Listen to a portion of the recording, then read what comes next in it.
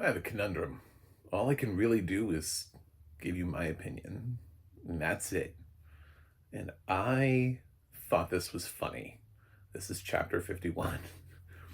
So I guess we're not supposed to. Uh, even in my screener that I got, it bills itself as like a crime thriller. I was amused more than I was ever, you know, thrilled by the film. It has some funny dialogue throughout it. The performances and stuff feel like they're leaning more towards comedy. It does deal with a serious topic, so while I was watching it, I was like, "Is this a mockumentary?" I feel weird calling it a mockumentary, but at the same time, it has that vibe to it. There was a film last year that was presenting like possession through a documentary, and it was a fake documentary, faux documentary. I forget what it's called, and it is it kind of like is that it's, but this feels more like a.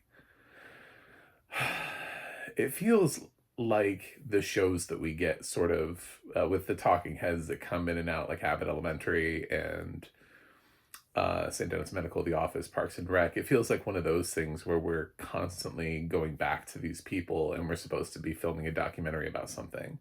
Now the it is structured a little bit more like a documentary format. Like this is a specific documentary crew trying to figure out who murdered these girls.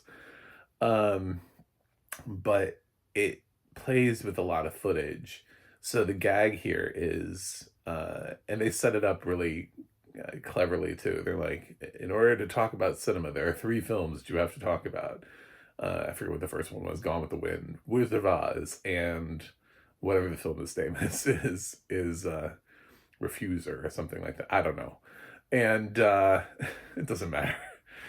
And because this was such a hot mess of a shoot, the thing is, like, three girls were murdered, three actresses were murdered on set, and they kept shooting. And the director also refused to ever, like, his directive was to keep the camera rolling at all times. So it's the film that has the most footage shot ever. So there's all of this footage for everything, all these fights, all of these arguments. Um, one of the girls comes on set and she doesn't quite understand what the thing is, and she's like, "Oh, the cameras are rolling. It's so weird," because then people are just like they're in character and then they're not. And you don't know because like the cameras are rolling all the time, and it's it's it's got to be satire. Like it just has to be. Like I was sitting there going, this is making fun of films. I think they shoot this film for years. I think people were talking about how they come in and out of this. I think it's like a 4 or 5 year film shoot, which is insane. Could you imagine being on a film shoot for 5 years? Like, what? The poor Lord of the Rings people didn't even have to do that. They shot 3 movies. So, yeah, it feels like it's like this ongoing uh, presence. It just keeps, like, it can't stop, won't stop. And they shot this in like every possible film format, including like the IMAX and VistaVision and 8 millimeter, just like everything that they could have they use in this film to give it sort of an interesting visual aesthetic, which makes sense when you have somebody who's interested in capturing every single moment of everything, and a director whose style seems to be, I'm not really sure what I want, so I'm gonna go. I'm gonna take everything. I'm gonna do everything. And when you have a production that is sort of intentionally auspicious in its own within the film, it's yeah, it kind of it's the kind of film that would go for like every single. I'm surprised there isn't an animated sequence in it.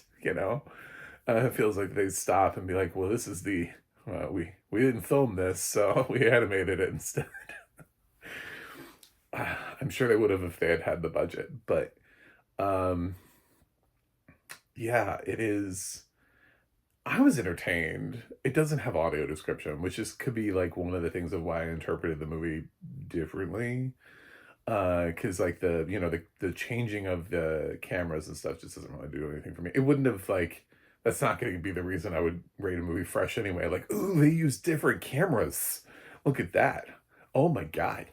We went from I see what you did there. You went from IMAX to 8 millimeter. Like genius. No, it's about the film, which is three girls were murdered, and the documentary crew is presenting essentially like four possible killers. Although there are other people involved in the movie, so I mean, there aren't like just four people in the film. But it analyzes each one, and you know, yeah, you get to decide. It's not. It doesn't present itself with like a wacky ending that sends it down a where the movie betrays what it's been doing up until that point. Like the point was something else, like Late Night with the Devil, where you're sort of watching this documentary-ish behind the scenes format, and then the last like 10 minutes are just insanity. So it doesn't do that. It stays pretty much as a mockumentary. But if I say mockumentary and you go into this thinking you're gonna get Spinal Tap, you're just not. It's just not that kind of mockumentary. Um, but there's a hint of it. There's a dash of that in there. I think this film was meant to be intentionally funny. I think this movie was meant to be satirical. I think this movie sends up overblown directors who have these crazy ideas that don't benefit the film. I think it says something about Hollywood and how we continue to push through, even when three girls were murdered on the same set, probably by somebody who's still on the set. So, um, not to be morbid, but they did finish Rust. So, yeah, yeah, it's definitely that's the vibe that I got from it. The film has Coleman, Domingo, and Abigail Breslin in it as name recognition because they're Oscar nominees, so they're fronted right up at the top. They are not the leads of this movie. They are not the leads of this movie. If you come here for the Oscar nominees, you will. Which I kind of hate that. I kind of hate that the fact that they're using Coleman and Abigail to try to bring people in. It's like your film is good enough as it is. You don't need that. I was entertained. Um, I think some people, I've seen comments like it was unfocused. I was like, I don't know how you possibly got that from this thing, unless again something crazy is happening visually that is not happening when the actors are talking.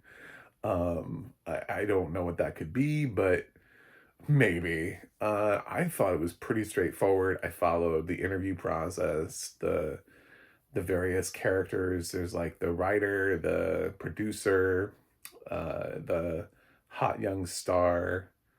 Who's the fourth one? There's one more, and they're all like possible killers. And you kind of explore each one, and then you still kind of explore each one because they're still on set in people's footage for other things. So yeah, I recommend Chapter 51. I liked it. I mean, if you need audio description, then don't. It's fine. But it's also, again, it's a film that I'm not. I have a little bit less of a like, oh my God, there was no audio description because they don't stop talking, because it's set in that format like Abbott Elementary where people are already frustrated with the level. So you could get like Abbott Elementary level audio description here. Do you know what I'm saying? Where it's like, it's not great anyway because the writer wasn't good enough to be able to figure out where to put the audio description and how to write it so that it's meaningful and actually contributes. And then you just feel like you're not getting enough audio description and runs the risk of that format. So these styles of films based on the sitcoms that are getting the audio description in this format, it's really hard to fill in as needed, and it needs really a bang up writer to be able to do it because a lot of writers are failing at doing it in on TV. So they're struggling to figure out how to interject and what to say when you finally do. And are there character descriptions? What do these people look like? Do we have time to say it? So it's not a format that allows for robust audio description anyway. Not that it shouldn't have it, but at the same time, it's not for people who have seen 1,000 movies. It's not going to make it or break it. If you got drawn to the movie theater and your equipment broke, you would have far less of a painful time sitting through chapter 51 than you would, I don't know, probably the Odyssey. Like, let's face it, no one's going to have long shots of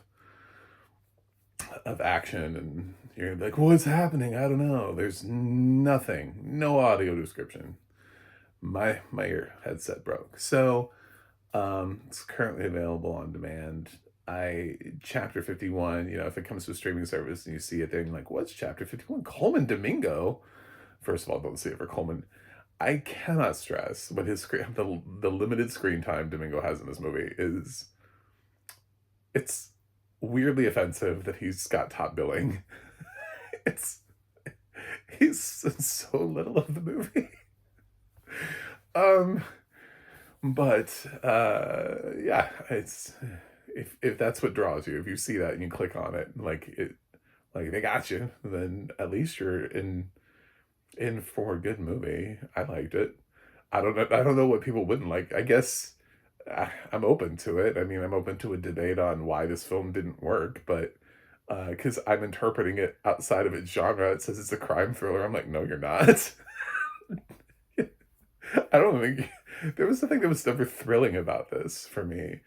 And there are all these times when there's a lot of stuff in the dialogue that's just funny. It's intentionally funny.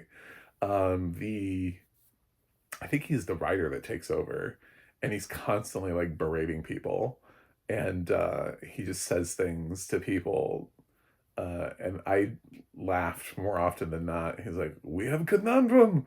You're an actor who can't act." Just, I don't know. I just thought it was funny. So yeah, this one I'm fresh.